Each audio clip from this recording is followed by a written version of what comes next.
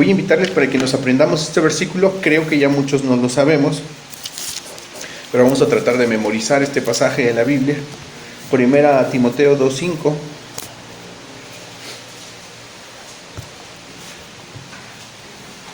Primera carta a Timoteo, capítulo 2, versículo 5. Vamos a tratar de memorizarlo porque este pasaje pues va a ser el pasaje clave de nuestro estudio que hoy vamos a iniciar.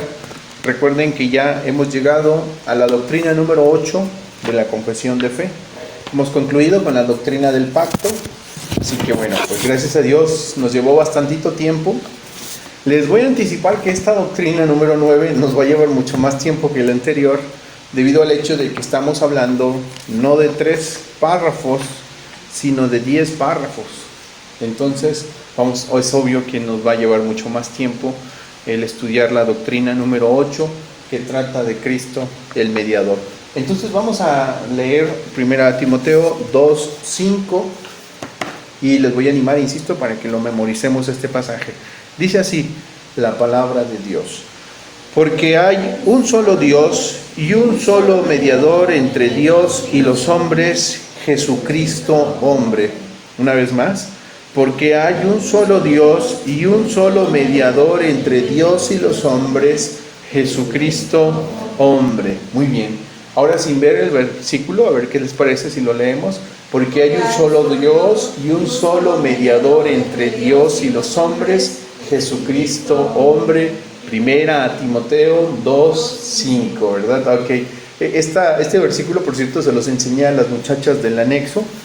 Entonces ellas se lo aprendieron también. Lo decían más o menos, ¿verdad? Porque no estaban muy familiarizadas con la Biblia. Pero bueno, quisimos hacer este ejercicio también.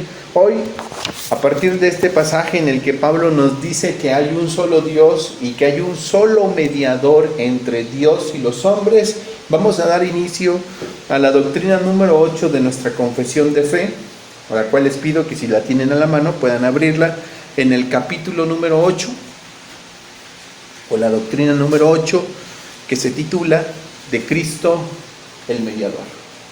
De Cristo el mediador. Entonces, la confesión de fe acaba de decirnos en el capítulo 8, en el capítulo 7, que hay un pacto eterno que termina describiéndose a lo largo de las edades como el pacto de la gracia, que comienza en un inicio manifestándose a Adán en el principio.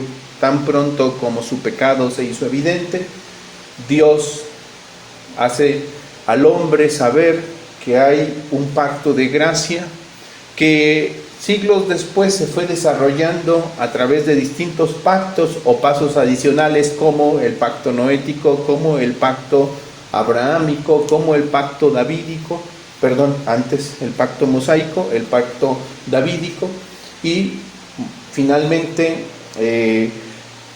hasta su plena culminación en el nuevo pacto que Cristo Jesús cumple en la cruz del Calvario, derramar su sangre por nosotros.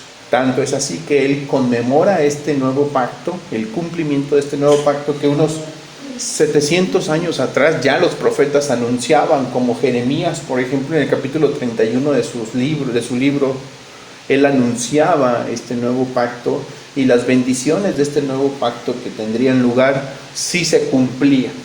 Jesús dice: este es el nuevo pacto en mi sangre. La muerte de Cristo Jesús fue la culminación del nuevo pacto que trajo como cumplimiento el pacto de gracia, que finalmente fue el cumplimiento del pacto eterno que Dios planeó o planificó para el hombre. Bueno, esto ya lo vimos anteriormente. Y entonces la confesión lo que hace es que ahora nos va a explicar cómo es que Cristo y por qué causa debe de ser visto por los creyentes como el mediador de ellos y el mediador entre Dios y los hombres. Entonces llegamos a la doctrina número 8, titulada de Cristo el mediador. Y vamos a iniciar dando lectura al primer párrafo del capítulo número 8, Vamos a empezar esta semana a adentrarnos al primer párrafo solamente. O sea, todavía no vamos a ver todo lo demás. Vamos a adentrarnos en el primer párrafo, en donde justamente la confesión de fe nos va a hablar del propósito eterno de Dios en Cristo. ¿En qué sentido? En el sentido de que Cristo sea el mediador. Muy bien. Hermana, ¿quiere que apaguemos el ventilador? Es que trae como una pestaña en el ojo, por eso no veo. Ah, ok, pero ¿lo apagamos? ¿No le molesta? No. Ah, bueno. Entonces vamos a leerlo. Si ya están ahí en sus confesiones, vamos a darle lectura al párrafo número 1, por favor. Dice así la Confesión Bautista de 1689. Agradó a Dios en su propósito eterno, juntos, escoger y ordenar al Señor Jesús, su Hijo unigénito, conforme al pacto hecho entre ambos, para que fuera el mediador entre Dios y el hombre, profeta, sacerdote y rey, cabeza y salvador de la iglesia, el heredero de todas las cosas y juez del mundo, a quien dio desde toda la eternidad un pueblo para que fuese su simiente y para que su tiempo lo redimiera, llamara, justificara, santificara y glorificara. Muy bien. Agradó a Dios, dice, en su propósito eterno, escoger, ordenar al Señor Jesús, su Hijo unigénito, conforme al pacto hecho entre ambos, para que fuera el mediador entre Dios y el hombre, profeta, sacerdote y rey, cabeza y salvador de la iglesia, heredero de todas las cosas y juez del mundo, a quien dio desde toda la eternidad un pueblo para que fuere su simiente y para que su tiempo lo redimiera, llamara, justificara, santificara y glorificara. Entonces vamos a empezar en esta primera parte de, si pudiéramos nosotros englobar lo que el primer párrafo nos dice, o lo que trata el primer párrafo, pues como podemos observar en el párrafo 1, trata del propósito eterno de Dios. Es importante entender esto, porque cuando la confesión en el capítulo 8 inicia en este primer párrafo, lo primero que hace es recordarnos que la salvación no es un accidente histórico, hermanos. La salvación no es un accidente histórico, ni siquiera es una reacción de Dios al pecado. Es verdad que cuando leemos Génesis 3, podemos observar a Dios que aparece reaccionando ante el pecado, pero cuando la confesión de fe observa toda esa transacción que termina culminando en la obra de Cristo, por supuesto la confesión de fe nos muestra que es algo más que una reacción divina a la salvación. La salvación es algo más que una reacción de Dios ante el pecado humano. La confesión de fe dice que desde la eternidad Dios determinó un plan perfecto en el cual Jesucristo sería el mediador entre Dios y los hombres. Es decir, no es algo que ocurre en algún punto de la historia humana. No es tampoco la reacción de Dios. La salvación, según la confesión de fe, y eso es lo que aún nos toca a nosotros validar en las Escrituras, según la confesión de fe, la salvación es el plan perfecto y eterno en el cual Dios determina que Jesucristo sea el mediador entre Dios y el hombre.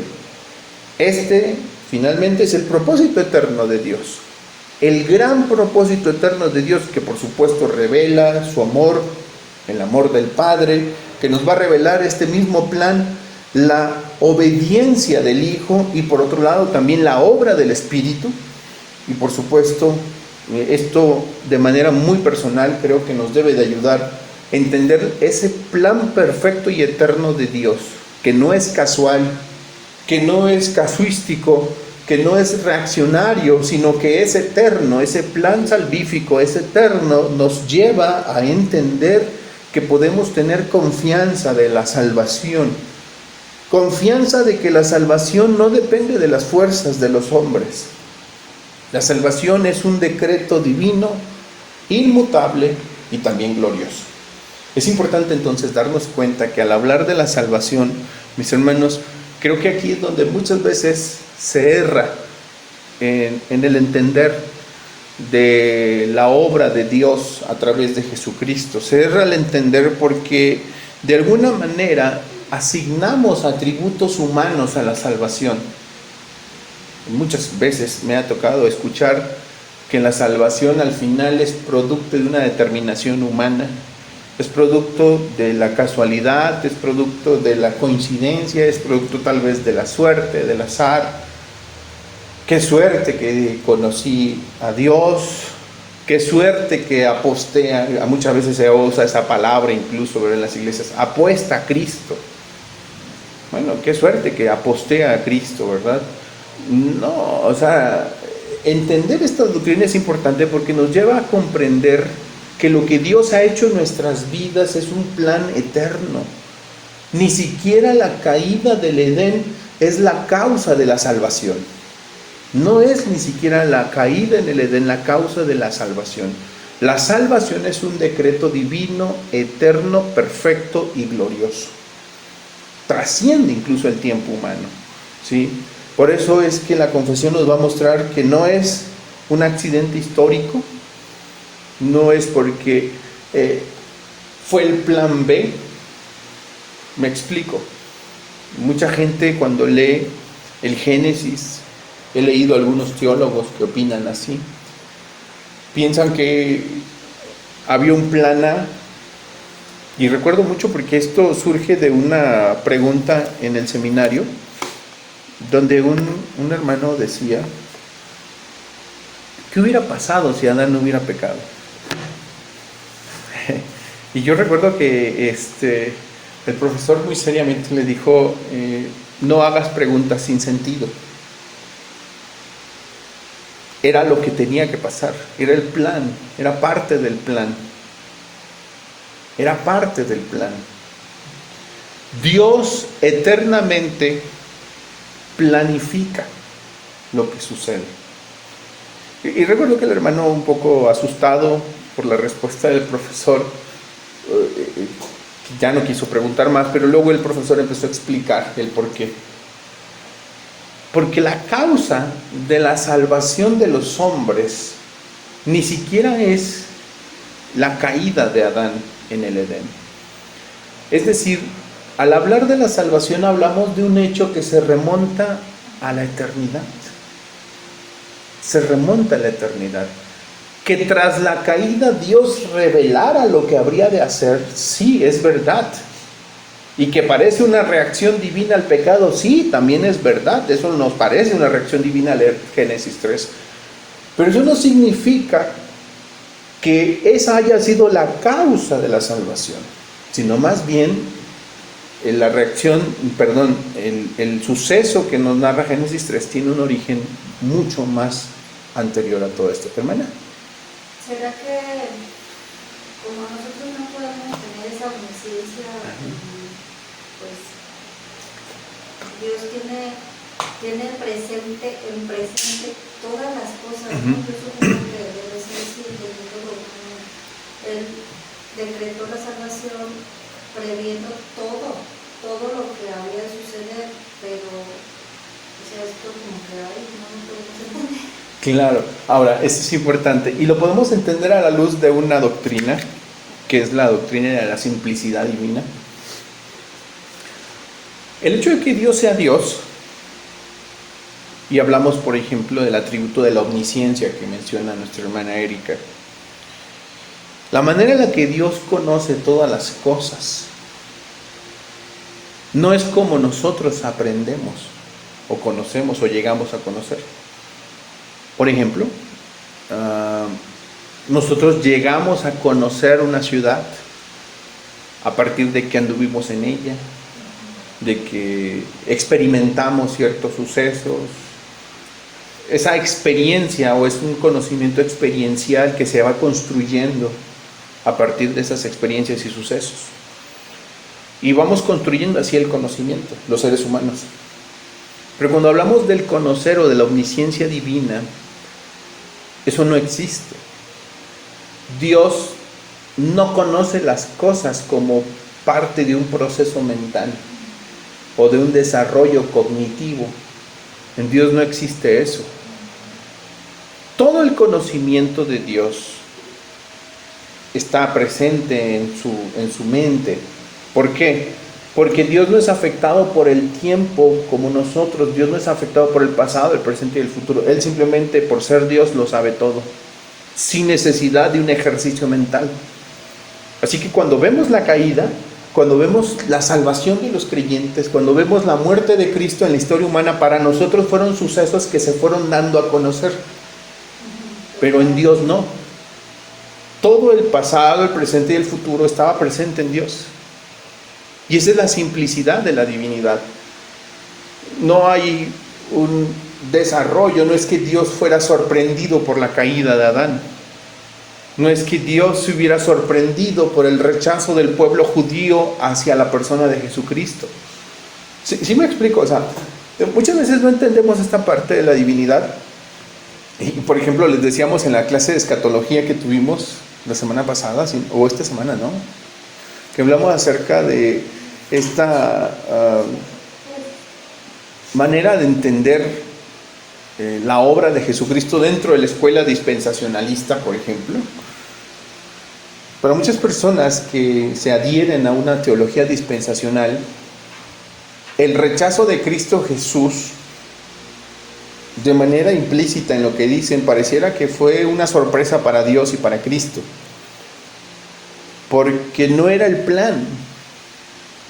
El plan de Dios era establecer el reino de Cristo hace 2000 años en su venida, pero el dispensacionalista dice ese plan fue arruinado por el rechazo de las personas, por el rechazo del pueblo, por la muerte del rey, de tal manera que es necesario postergar ese reino a un futuro lejano. Eso es lo que al menos teólogos de la altura de Louis Sperry-Chafer dicen en su teología sistemática, que no entender, no aceptar que el reino mesiánico se tuvo que postergar por el rechazo del pueblo, puede conducir a muchos errores doctrinales, dice Sperry-Chafer. Es decir, en la mentalidad de estos teólogos, lo que Dios decreta está sujeto a la reacción del hombre, ¿sí? A las determinaciones humanas. Dios puede haber decretado la salvación para alguien, pero si ese alguien se impide, se retiene o resiste, simple y sencillamente la salvación y el decreto divino no se va a aplicar. De ahí que hombres como este personaje Arminio hablaba, y sus seguidores posteriormente hablaban de esto, de la gracia resistible. Dios pudo haber decretado la salvación por un individuo, pero ese individuo pudo resistir esa gracia y ese llamamiento eficaz. Por tanto, al resistir esa gracia y ese llamamiento eficaz, nunca se va a ver aplicada la salvación. De ahí que en contraparte, la teología reformada hablaba de la gracia irresistible, en donde es Dios, por medio de su Espíritu, que quebranta el corazón del hombre, de tal manera que hace que el hombre o al hombre le sea irresistible la gracia de Dios, y el hombre se convierta a Jesucristo. Entonces, cuando nosotros vemos cosas como la salvación, efectivamente, debemos de observar ese plan y esa eternidad y ese poder absoluto de Dios que se va a ir manifestando, por supuesto, y que lo hace porque Él simple y sencillamente es Dios y conoce todas las cosas. No sé si me explico en todo esto, hermanos. No es sorpresa para Dios nada de esto. No fue sorpresa para el Señor la caída, ni el rechazo del mundo, ni todo lo que ha pasado, ni siquiera nuestro rechazo de Cristo por tanto tiempo. Ni es sorpresa para Dios que un día hayamos reconocido genuinamente de todo corazón a Cristo. ¿Por qué? Porque Él ya lo sabía. ¿Sí me explico? Él ya lo conocía.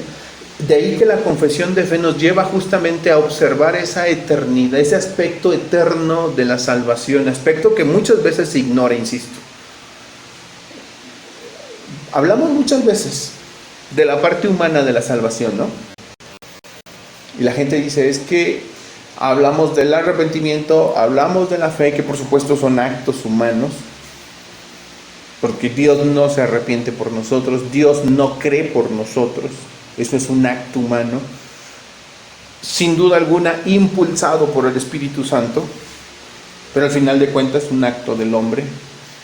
Y predicamos tanto esto, pero pocas veces llevamos a que la congregación reflexione sobre el aspecto eterno de lo que Cristo hizo. Es justamente eso lo que el capítulo 8 de la Confesión de Fe nos lleva a hacer, particularmente el párrafo 1, llevarnos a reflexionar del aspecto eterno de la salvación que nosotros hoy, mis hermanos, tenemos. Hoy disfrutamos, bendito sea Dios, de esa salvación que nos brinda una certeza plena, pero esta salvación de la que disfrutamos, que ya tenemos, pero todavía no hemos visto la culminación de tales cosas, es algo que trasciende el tiempo y las edades. ¿Hasta cuándo? Hasta la eternidad. ¿Sí? Entonces, vamos a ver lo que dice la Confesión de Fe. En la primera parte dice, ayúdanos, hijo, por favor, con el primero. Ok. Manda, le voy a apagar el 20, ¿eh? Que veo que ya se mormó. Ok. La primera cosa que la Confesión de Fe dice, agradó a Dios en su noten eso, es importante, cada palabra de la Confesión de Fe, hermanos, está allí, no simplemente por casualidad, realmente es el producto de la reflexión teológica de todos los confesores que participaron, y por supuesto es el mensaje que la Biblia nos da. Agradó a Dios en su propósito eterno. Noten el adjetivo que utilizan para referirse al propósito, al sustantivo. Es el propósito, ¿qué? Eterno. Agradó a Dios en su propósito eterno escoger y ordenar al Señor Jesús, su Hijo, su unigénito Hijo. Voy a leer todo el pensamiento del párrafo. Conforme al pacto hecho entre ambos, porque estas cosas las vamos a ver después, para que fuera mediador entre Dios y el hombre, profeta, sacerdote, rey y cabeza de la iglesia, etcétera, etcétera. ¿Cómo sabemos que Cristo es mediador? Pablo dice, hay un solo Dios y un solo mediador entre Dios y los hombres. ¿Quién es? Jesucristo, hombre. La pregunta es, ¿por qué? ¿Por qué Jesucristo es el único mediador entre Dios y los hombres? La Confesión de Fe dice, porque así le agradó a Dios en su propósito eterno.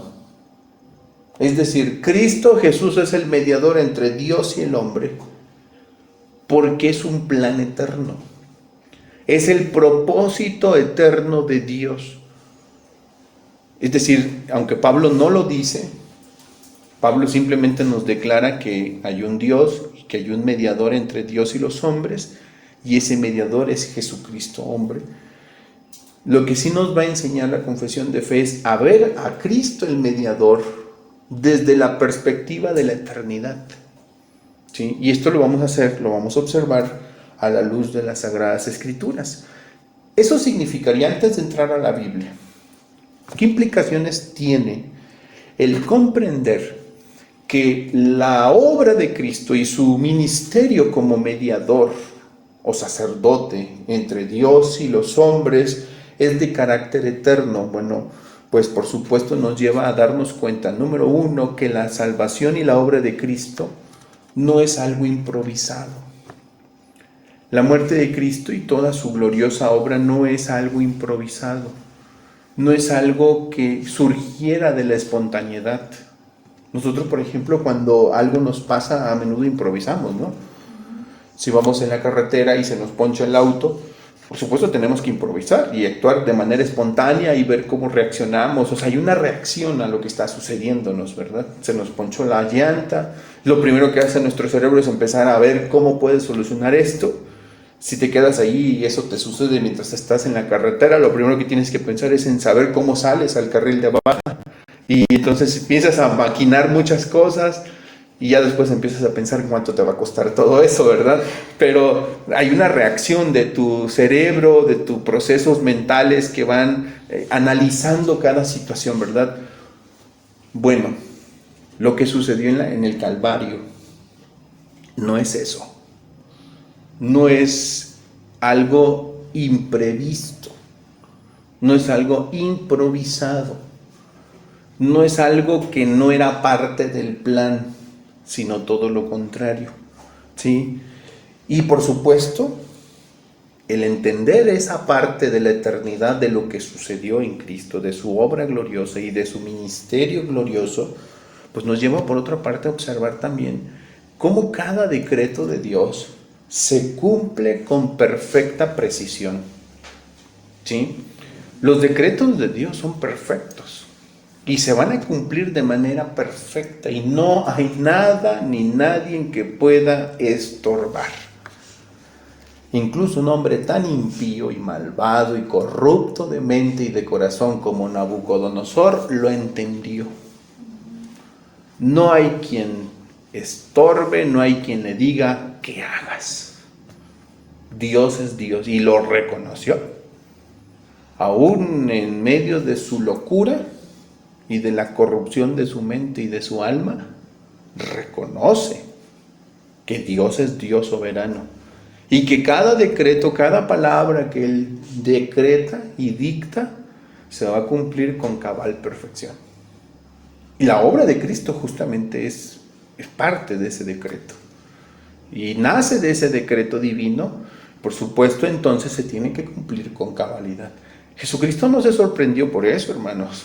De hecho, Él, si ustedes observan, por eso es que me cuesta mucho entender el dispensacionalismo, cuando intenta explicar el reinado de Cristo como postergado, como algo que se tiene que postergar, porque Jesús mismo hablaba de la muerte y le dijo a sus discípulos muchas veces que iba a morir y que incluso iba a ir a Jerusalén y el Hijo del Hombre iba a ser entregado a manos de pecadores. Él lo dijo. Para el Señor Jesucristo no fue nunca una sorpresa. Es más, en aquella misma noche en el huerto de Getsemaní, mientras todos los soldados vinieron a apresarle y Pedro sacó su espada, su espadita, ¿verdad? Y le cortó la oreja a Malco, el Señor Jesucristo le dijo lo contrario: guarda tu espada, ¿cómo se va a cumplir lo que está escrito?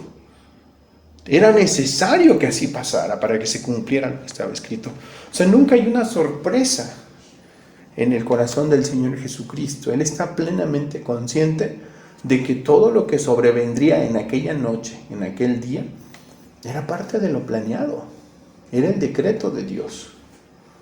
Y ni siquiera en el momento más difícil de su carrera el Señor Jesucristo estorbó el plan de Dios. En su oración más profunda, en el momento más duro de su vida, Jesús dijo: si fuese posible, pase de mí esta copa, pero no se haga mi voluntad sino la tuya. Y podemos observar la sumisión del Hijo en ese estado de humillación, en ese estado tremendo de debilidad humana, en el que, y cuando digo debilidad humana me refiero no a que Cristo fuera débil, sino a ese estado de cualquier hombre débil, de fragilidad humana. Jesús mismo declara su sumisión perfecta, como dice San Pablo en la carta a los Filipenses, de ser obediente hasta la muerte y muerte de cruz. ¿Sí me explico? Entonces, es difícil a veces escuchar opiniones que hablan de que la muerte de Cristo finalmente fue un accidente no planeado. Se frustró el plan de Dios por la rebelión de las personas, el pueblo mató a su Mesías y entonces hay que esperar otros varios miles de años para que entonces el plan de Dios sí se cumpla en un milenio terrenal. Y bueno, es difícil. Yo creo que hay congruencia, mucha más congruencia, entender cómo todo esto era parte del plan, ¿sí? Ahora, dicho lo siguiente, como lo dice la confesión, era el propósito eterno. Realmente esto es así. Realmente es el propósito eterno. Que Cristo sea el mediador entre Dios y los hombres, ¿realmente es el propósito eterno de Dios? ¿O será que la confesión de fe? Porque debemos ser objetivos nosotros. La confesión de fe es un instrumento, pero no es la palabra de Dios. Por eso es importante que nosotros vayamos a las Sagradas Escrituras y, por supuesto, a la luz de las Sagradas Escrituras, validemos si efectivamente lo que la confesión declara es cierto o no. Vamos a ver lo que dice la Biblia. Ya tenemos nosotros un versículo, 1 Timoteo 2:5, ¿verdad? Sí. Hay un solo Dios y un solo mediador entre Dios y los hombres. Ahora estamos hablando de la obra de Cristo que por supuesto es aplicada a los creyentes, a la iglesia, y que cuando hablamos de la salvación no solo hablamos del Salvador. Hablar de salvación implica dos cosas. Un Salvador. ¿Qué más implicaría hablar de salvación? Implica un Salvador, que es Cristo. Pablo dice, ese Salvador es el mediador entre Dios y los hombres. Pero ¿qué más implica el término salva? Los salvados, o sea, ¿a quiénes salva? Entonces, cuando hablamos de salvación, hablamos del Salvador y de los que son salvados.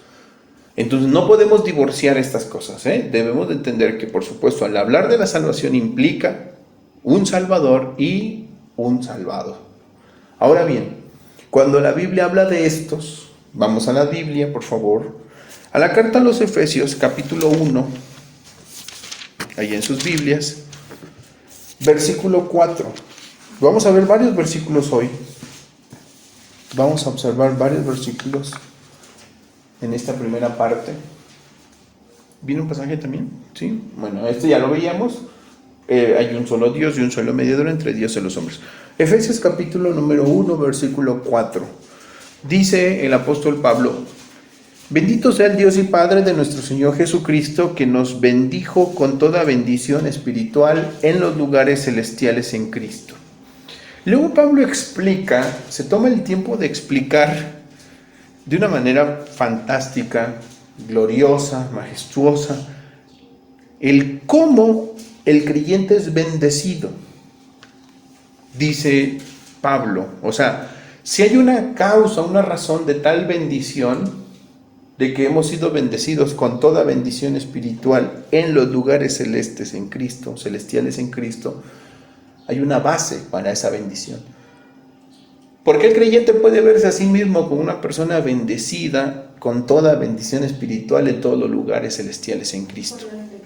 Dice Pablo, versículo 2, según nos escogió en Él, en Cristo, antes de la fundación del mundo, para que fuésemos santos y sin mancha delante de Dios. En el versículo 2, Pablo explica tres cosas.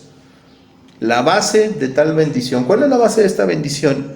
La elección. La elección. Número 2, ¿qué más explica el versículo 2? El tiempo, si se puede llamar tiempo, de la elección. ¿Cuál es el tiempo de la elección? Exactamente, antes de la fundación del mundo. Y número 3, ¿qué explica Pablo? El propósito. Por eso usa esta conjunción de propósito. Para que fuésemos santos y sin mancha delante de Él. Ahora, pero estamos hablando del tiempo, que por supuesto es lo que nos compete por el tema que estamos tratando. ¿Bajo qué circunstancias el creyente es salvado? Bajo el hecho de que Dios decreta, ¿en qué tiempo, según Pablo, tal salvación? Antes de la fundación del mundo, es decir, en la eternidad. Para el apóstol Pablo no era sorpresa de que los creyentes debieran verse a sí mismos como personas bendecidas por Dios, y bendecidas por Dios por un hecho, por el hecho de que fueron elegidos, y en segundo lugar, en un tiempo eterno. La bendición de los creyentes tampoco debiera ser una sorpresa. La bendición de los creyentes procede de este propósito eterno, ¿sí? Dios planificó bendecir a aquellos que escogió, bendecir a aquellos que escogió con toda bendición espiritual en los lugares celestiales en Cristo.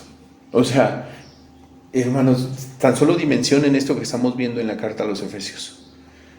Saber que nuestra vida, nuestra persona, es bendecida por Dios, y que el propósito de Dios al escogernos fue bendecirnos, y bendecirnos haciéndonos santos y sin mancha delante de Él, y bendecirnos con toda bendición espiritual, y bendecirnos en los lugares celestiales, es algo que de verdad, mis hermanos, no tiene no tiene forma de dimensionar o de comparar con alguna bendición que tiene que ver con este mundo. Lo que pasa es que nosotros vemos aquí. Exacto, y quisiéramos que las bendiciones de Dios se pudieran materializar en términos humanos y que lo que Dios nos da sea lo que el mundo aprecia o valora. Y si el mundo aprecia el dinero, si el mundo aprecia el oro, si el mundo aprecia los autos, las casas, las posesiones, quisiéramos que así fueran también traducidas las bendiciones de Dios. Pero cuando Pablo habla del creyente, observamos que el apóstol ve una persona bendecida grandemente por Dios, enormemente bendecida, enormemente privilegiada, y que todo esto sucede en el corazón de Dios desde antes de la fundación del mundo. Así que es maravilloso entender que, y deberíamos de verlo nosotros así, nuestra vida, nuestra salvación, la bendición espiritual que Dios nos ha dado en Cristo, el tener a Cristo como mediador, el ser de Cristo, mis hermanos, ese fue el propósito eterno de Dios para nosotros. No es casualidad, insisto. No es, ni siquiera resulta de la determinación humana. Sí, yo sé que en un momento nosotros dijimos, Señor, perdóname. Lo dijimos tal vez audiblemente o en pensamiento, pero de todo corazón dijimos al Señor, perdóname, Señor. Y vinimos a Cristo y dijimos, Señor, te necesito. O sea, lo hicimos, un acto de fe. Y lo confirmamos, este acto de fe, cuando nos bautizamos en el nombre del Padre, del Hijo y del Espíritu Santo, y lo declaramos públicamente a la iglesia en nuestro bautismo. Sí, es cierto, estas son evidencias externas, pero son evidencias externas de algo eterno, hermanos. No es la base, no es la causa de la salvación. Simplemente este fin, este propósito eterno, en algún momento se cumple en nuestras vidas y se va evidenciando con una convicción, con una entrega, inclusive con esta declaración pública de fe en el bautismo que todos hemos tenido, todos los creyentes debieran de tener, ¿sí? Pero son evidencias externas de algo eterno, de un suceso eterno, que es justamente el tener a Cristo como Salvador desde la eternidad. Fíjense que incluso Pablo, ahí en Efesios capítulo 3, versículo 11, dice algo interesante al respecto. ¿Alguien lo quiere leer, por favor? Pablo está hablando acerca de la iglesia desde el versículo número 8, si pueden leer hasta el versículo número 11, hasta el 12, del 8 al 12. Si alguien lo puede leer, por favor, Efesios 3, del 8 al 12. A mí, que soy menos que el más pequeño de todos los santos, me fue dada esta gracia de anunciar entre los gentiles el evangelio de las inescrutables riquezas de Cristo, y de aclarar a todos cuál sea la dispensación del misterio escondido desde los siglos en Dios, que creó todas las cosas, para que la multiforme sabiduría de Dios sea ahora dada a conocer por medio de la Iglesia a los principados y potestades en los lugares celestiales, conforme al propósito eterno que hizo en Cristo Jesús nuestro Señor, en quien tenemos seguridad y acceso con confianza por medio de la fe en Él. ¿Por qué Pablo podía predicar acerca de este evangelio, de la gracia de este evangelio, inclusive aclarar el misterio de la dispensación, dice, del misterio escondido desde los siglos en Dios? ¿Por qué la iglesia podía hablar de la multiforme sabiduría de Dios? Dice que ahora esta multiforme sabiduría de Dios puede ser dada a conocer por medio de la iglesia a los principados y a las potestades en los lugares celestiales. ¿Por qué? ¿Por qué es que la iglesia ahora tiene la oportunidad de acceder al misterio de Cristo?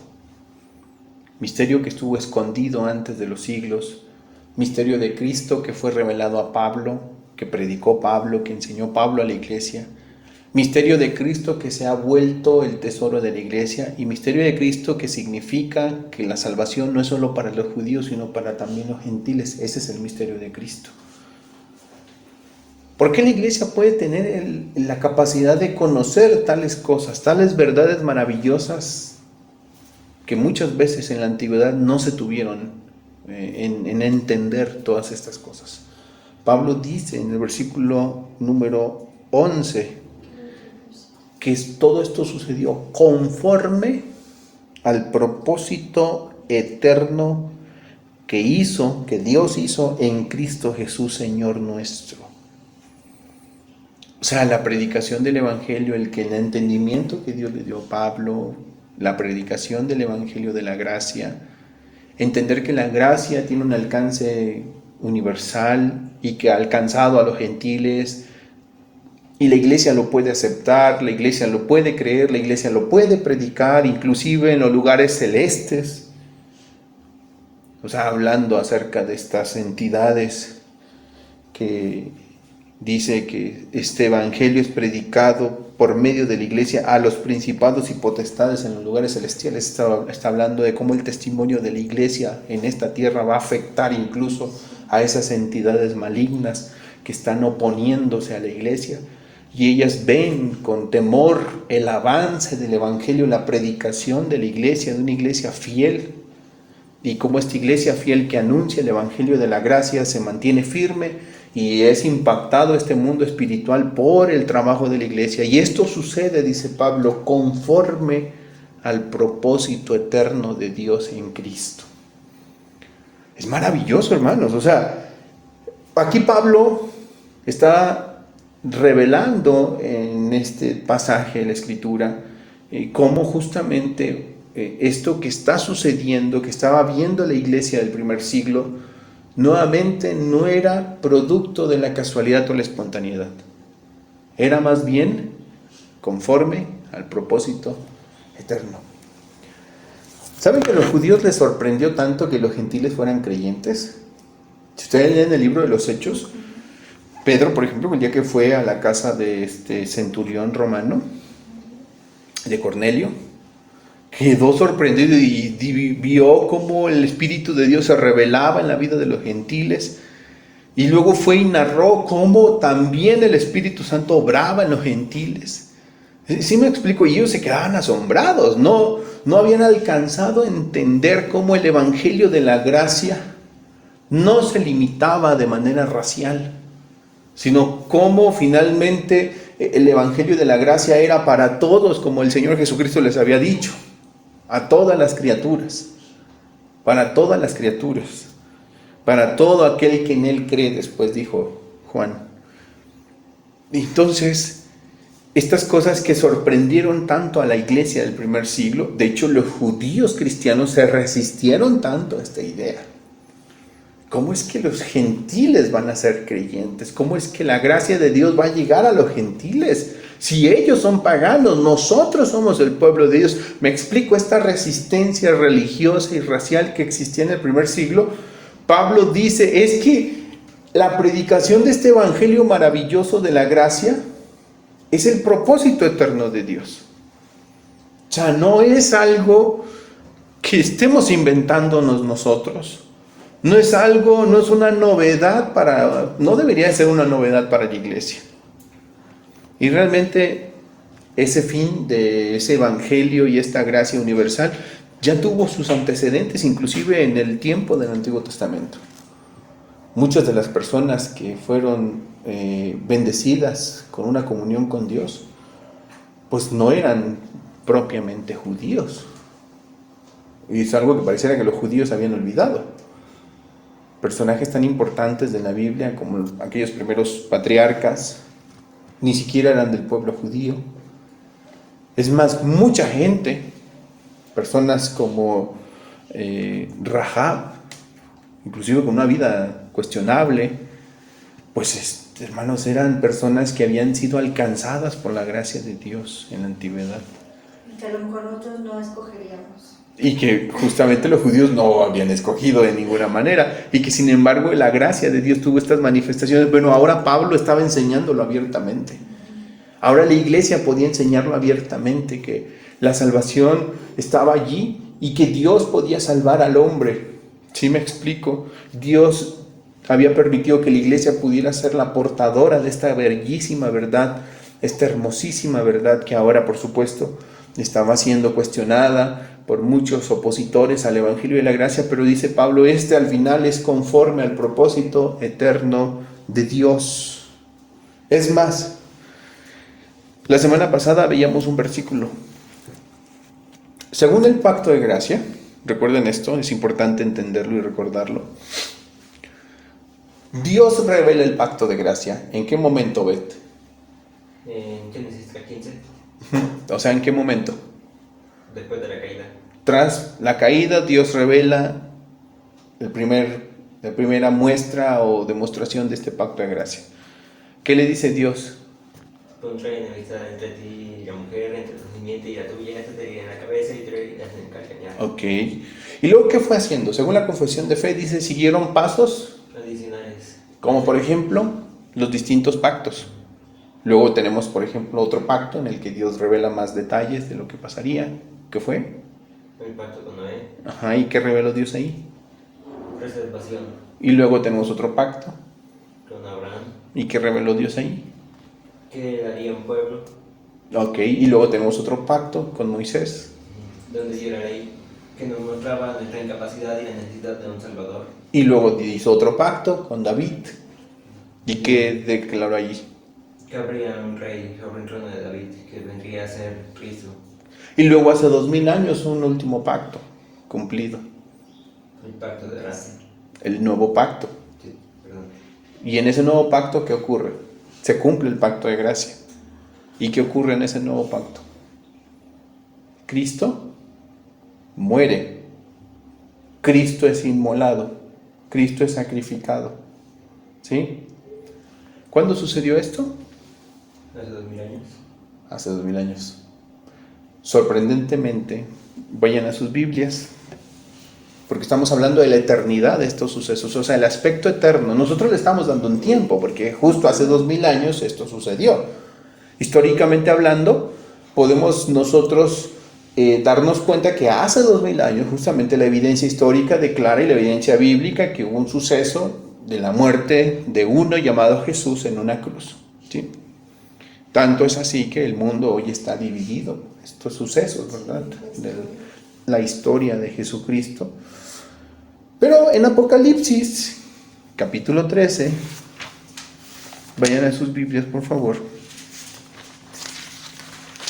Y miren cómo Juan nos va a sorprender.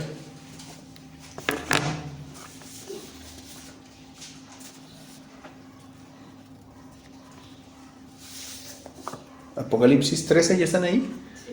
Ok, en Apocalipsis 13 se está hablando de las bestias, etcétera, etcétera. Las bestias que estaban pues teniendo autoridad divina, Dios les dio esa autoridad para incluso pelear contra los santos y vencerlos. Dios lo permite, ¿sí? Dios permitió estas cosas. Pero luego llegamos al versículo número 8. Y cuando Juan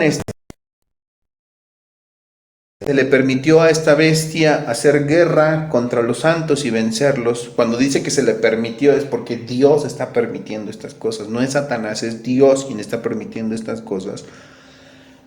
Se le permitió hacer guerra contra los santos y vencerlos. También se le dio autoridad. ¿Quién le dio esta autoridad? Dios, hermanos. Soberanamente, Dios le dio autoridad a la bestia sobre toda tribu, pueblo, lengua y nación. ¿Y quiénes la adoraron? Dice Juan. Todos los moradores de la tierra, cuyos nombres no estaban escritos en el libro de la vida del Cordero. Pero noten el detalle que añade Juan. Ese Cordero que es Cristo, ¿qué sucede con él o qué hay con él? Fue inmolado desde el principio del mundo. A ver, ¿cómo? No fue en el principio. Si nosotros históricamente sabemos que esto sucedió hace 2000 años. Juan luego nos sorprende y dice, bueno, él fue inmolado desde el principio del mundo. Aquí en la versión de la traducción viviente dice, y los que estaban escritos en el libro de la vida que pertenecen al Cordero, que fue sacrificado antes de la creación del mundo. Pero ¿cómo puede ser posible si esto sucedió hace 2000 años?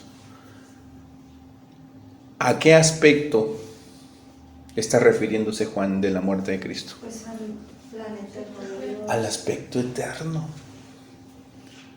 ¿Cómo en esa eternidad Cristo estaba ya contemplado como el sacrificio?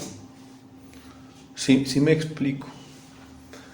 Entonces hay algo interesante en las palabras de Juan cuando nos muestra que Cristo fue inmolado antes del mundo, antes de la fundación del mundo, ¿verdad? Dice antes, desde el principio del mundo, perdón.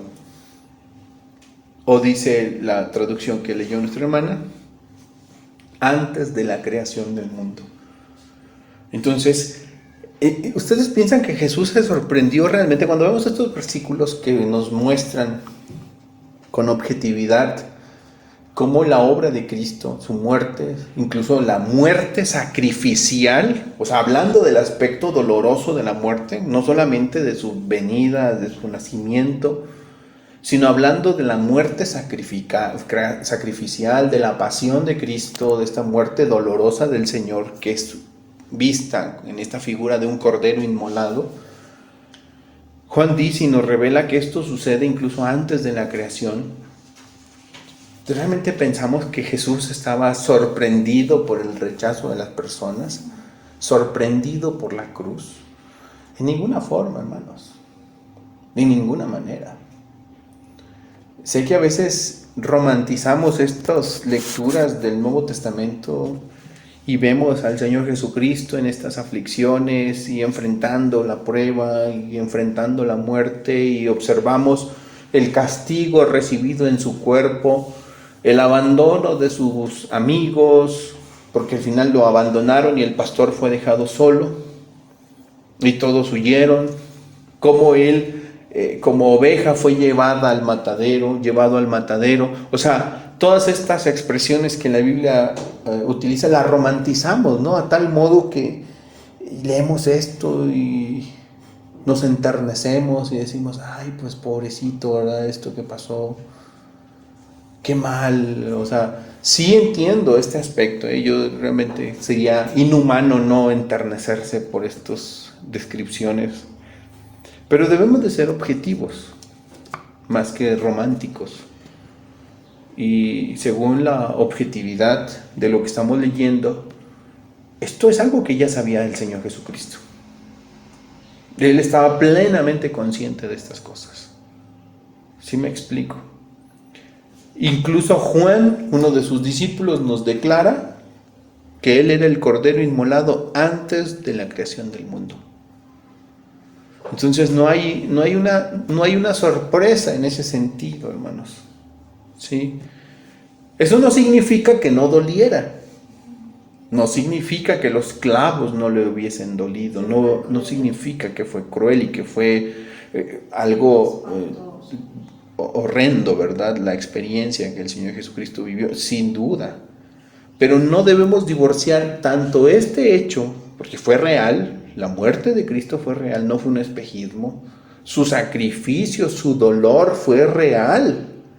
Su sangre literalmente se vertió y ese es un hecho real, pero no lo debemos divorciar de este otro aspecto eterno. Porque cuando lo hacemos nosotros, pues estamos olvidándonos de que ese era el plan. Y que el Señor Jesús estaba plenamente consciente de que ese era el plan. ¿Sí? Su muerte, pero también su resurrección y su glorificación eran parte del plan. ¿Sí? Un pasaje más, por favor, en sus Biblias. Les voy a pedir que me acompañen, por favor.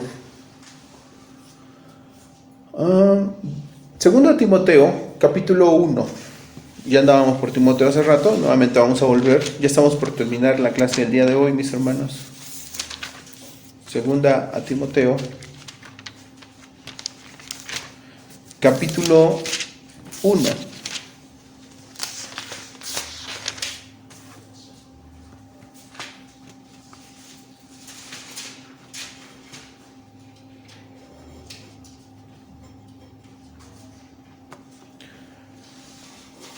Es difícil negar la elección eterna, la obra que desde la eternidad se planeó cuando leemos esta clase de versículos. Por ejemplo, 2 Timoteo capítulo 1, versículos número 8 y versículo 9. Esta es la amonestación de Pablo a Timoteo, o exhortación, o como le quieran llamar, donde Pablo está justamente motivando a Timoteo de que no deje de predicar a Cristo. ¿Y lo puedes leer, Dulce, por favor? 8 y 9. Ajá, 2 Timoteo 1, 8 y 9. Pero sabemos que la ley es buena. Perdón, es 2 Timoteo. ¿Sí? 2 Timoteo 1, 8 y 9.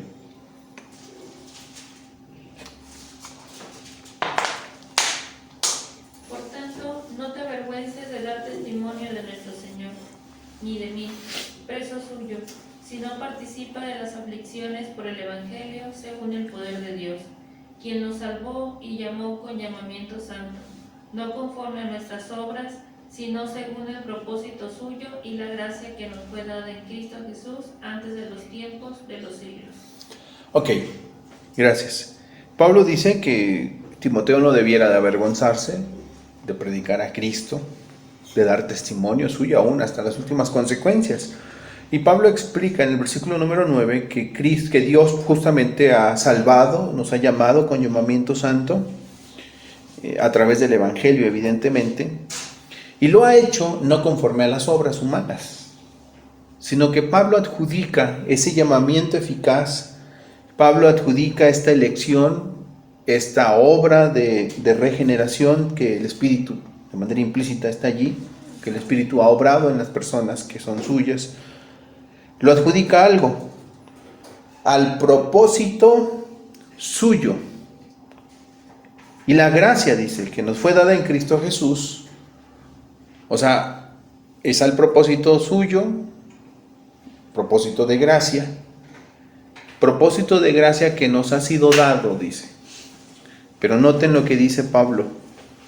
Cuando el creyente recibió tal, o se forjó ese propósito y esa gracia en el creyente, ¿en qué momento? Pablo dice, antes de los tiempos de los siglos, es decir, en la eternidad anterior, antes de que siquiera el mundo existiese. Entonces, como podemos darnos cuenta, podemos ver justamente que la obra de Cristo, su obra de salvación y lo que Dios ha hecho en nuestras vidas, no solo respecto al Salvador, sino respecto a los salvados, tiene justamente un antecedente anterior a cualquier suceso dentro de la historia humana. Yo sé que hablamos de la caída, sé que hablamos de la muerte de Cristo, sé que hablamos de la pasión de Cristo, sé que hablamos de los creyentes, del arrepentimiento que han tenido, de la fe, pero antes de cualquier suceso histórico, todas estas cosas que han pasado se remontan, dice el apóstol Pablo, se remontan con eficacia a la eternidad pasada. O sea, ese es el plan eterno, el propósito eterno de Dios, como la confesión de fe nos habría dicho. Y hay un último pasaje que está en el libro de los Hechos, con el que vamos a concluir. Con este pasaje vamos a terminar nuestro estudio el día de hoy. Hechos capítulo número 2, allí en sus Biblias.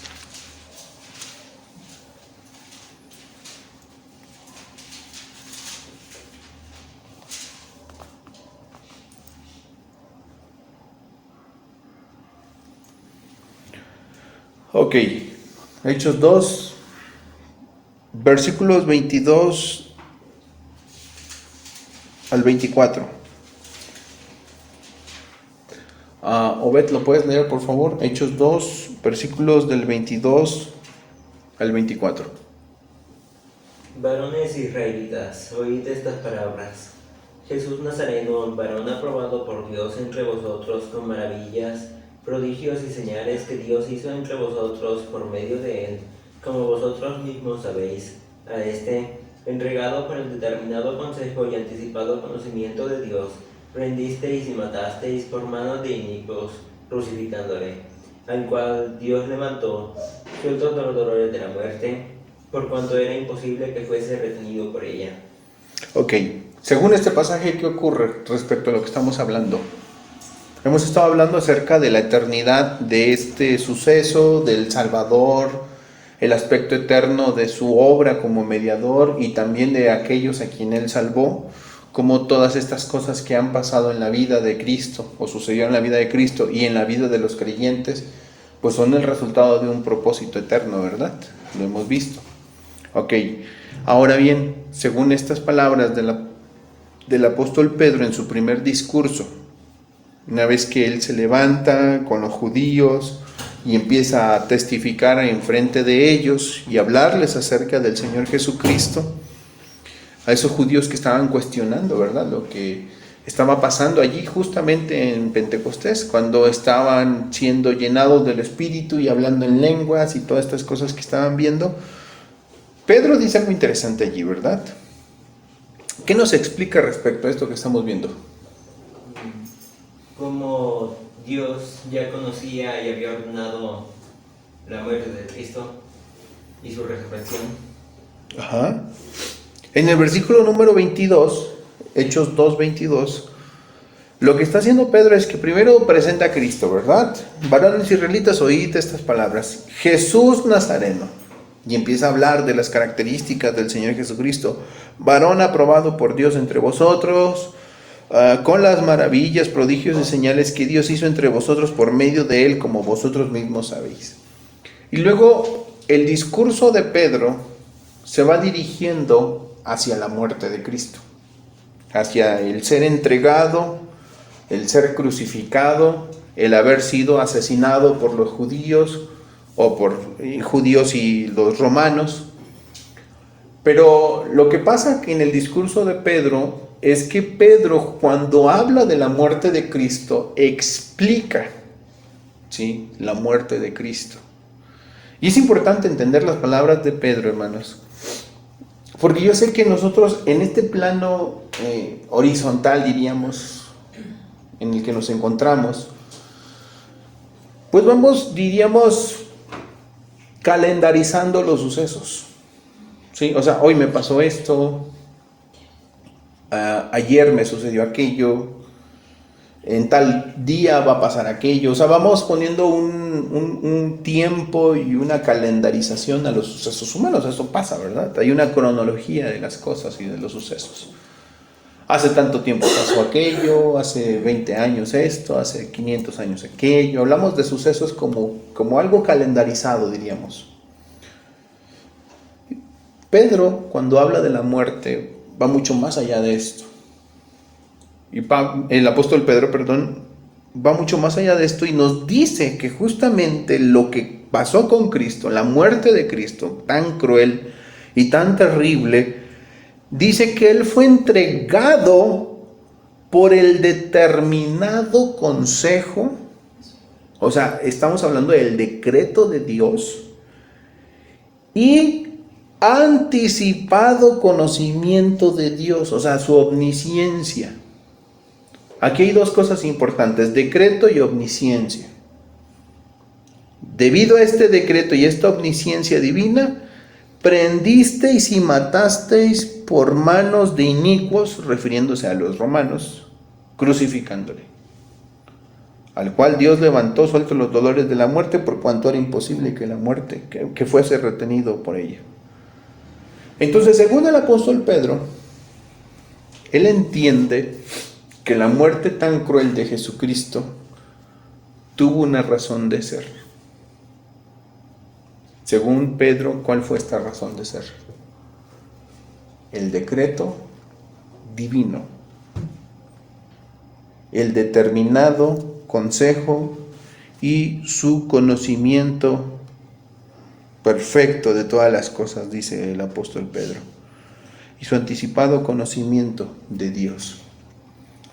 Entonces, como veíamos hace rato acerca de la omnisciencia divina, ¿cómo es que Dios? Porque Él lo sabe todo, hermanos, y Él sabe todas las cosas, todo el conocimiento está en Dios. Él simplemente conoce todas las cosas porque es Dios, no aprende las cosas. Él las conoce porque es Dios. Pero Él también decreta que las cosas pasen. Entonces la muerte de Cristo Jesús, según el apóstol Pedro, a manos de gente inicua, a manos de los romanos tan crueles, una muerte vergonzosa, dice el apóstol Pedro, es el resultado o sucedió porque Dios así lo decretó.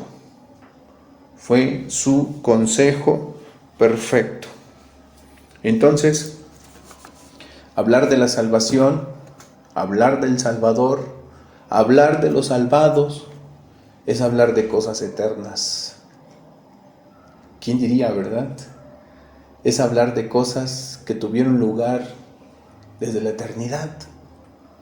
Se forjaron en la eternidad. ¿Y qué es la eternidad?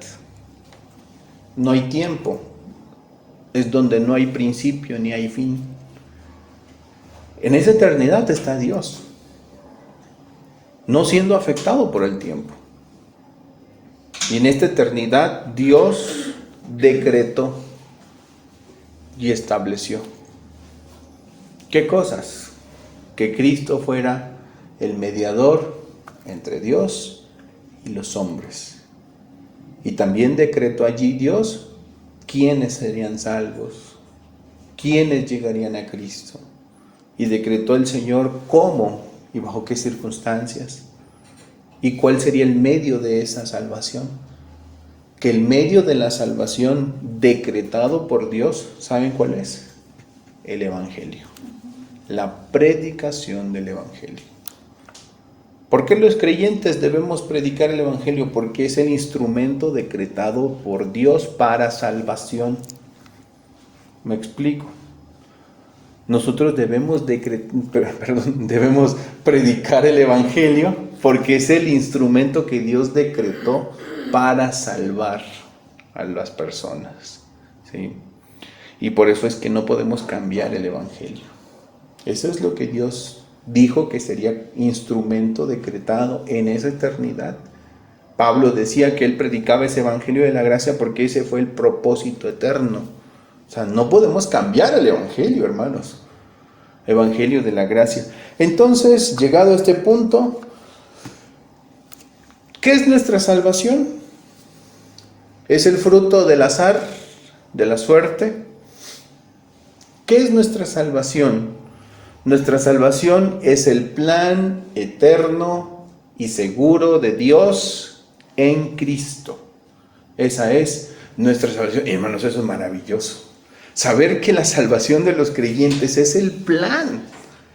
No es la suerte, no es algo que de alguna manera nos ganamos, que nosotros vamos mereciendo. No es eso, sino que es el plan eterno de Dios y seguro de Dios. A mí de verdad estas cosas me animan porque algunos quizá crecimos con el miedo, con el temor de escuchar acerca de personas que pierden su salvación. Cuando perdemos algo valioso nos da miedo, porque sabemos que a veces hay cosas que ya no se pueden recuperar jamás. Y llegamos a la iglesia y muchas veces en muchas iglesias se les enseña así, ¿verdad? Que pueden perder lo que Dios ya les dio, que la salvación depende de ellos, que si no se esfuerzan lo suficiente, esa salvación que tienen puede perderse.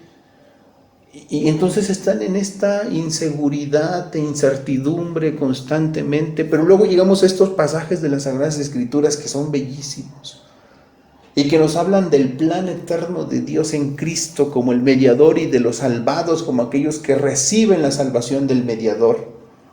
Y mis hermanos, observar esta clase de pasajes en donde vemos a Dios que eternamente, desde la eternidad, ha decretado tales cosas que sucederán, y que tales decretos son inquebrantables, y que lo que ha ocurrido en nuestras vidas no es ni el producto del azar, ni el producto de ninguna cosa casual, ni el producto de cualquier otro asunto humano, sino que es el resultado del plan eterno de Dios. Toda idea todo temor de perder la hermosa y preciosa salvación que Dios nos ha dado se desvanece. Nuestra vida está escondida en Cristo. Nuestra vida está escondida en Cristo. Así que Pablo podría decir, por lo cual estoy seguro de que ni la muerte, ni la vida, ni ángeles, ni principados, ni lo presente, ni lo porvenir, ni lo alto, ni lo profundo nos podrá separar del amor de Dios que es en Cristo Jesús, Señor nuestro. Hermanos, en esa confianza debemos de vivir. Recuerden, Dios decretó que Cristo fuera el mediador, ¿sí?, entre Dios y los hombres.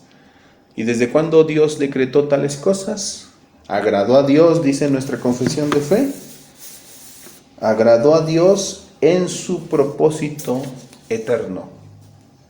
Escoger y ordenar al Señor Jesús, su único Hijo, o su Hijo unigénito, como el mediador entre Dios y los hombres. ¿Ok? Bueno, pues, ¿alguna pregunta, hermanos, hasta aquí? Sobre el estudio. ¿Dudas, comentarios, Obed? ¿Alguna pregunta? ¿Algún comentario? ¿No? ¿Seguro? Que luego ya terminan la reunión y todo y ya luego están preguntando. Entonces, ¿no? ¿De verdad dudas, Dulcibón? ¿No? ¿Seguros?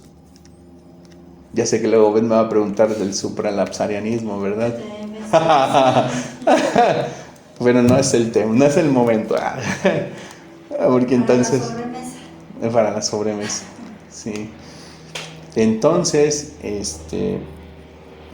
descansemos en eso, hermanos, en el decreto glorioso de nuestro Dios, en este plan perfecto y eterno que fue revelado.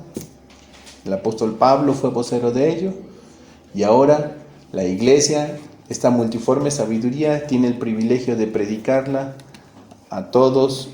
Y los lugares celestes son afectados también por la predicación gloriosa de este evangelio maravilloso de la gracia de Dios. ¿Sí? Que Dios nos permita descansar en esta verdad maravillosa. Vamos a orar para terminar el estudio bíblico en esta mañana. La semana que viene, ojo, vamos a adentrarnos, solo les voy a anticipar un poquito, porque la confesión dice, agradó a Dios, ¿ahí la tienen abierta? Agradó a Dios, ¿qué dice? Escoger. En su propósito eterno, escoger. ¿Y qué? Y ordenar al Señor Jesús, su Hijo unigénito, conforme al pacto hecho entre ambos. Luego dice, conforme al pacto hecho entre ambos. La siguiente semana vamos a hablar del pacto entre el Padre y el Hijo. O sea, el pacto de redención, pacto eterno. Bueno, de eso hablaremos la siguiente semana. Solo en la teología del pacto estuvimos hablando un poco de ellos, pero la siguiente semana hablaremos del pacto entre el Padre y el Hijo. Vamos a orar.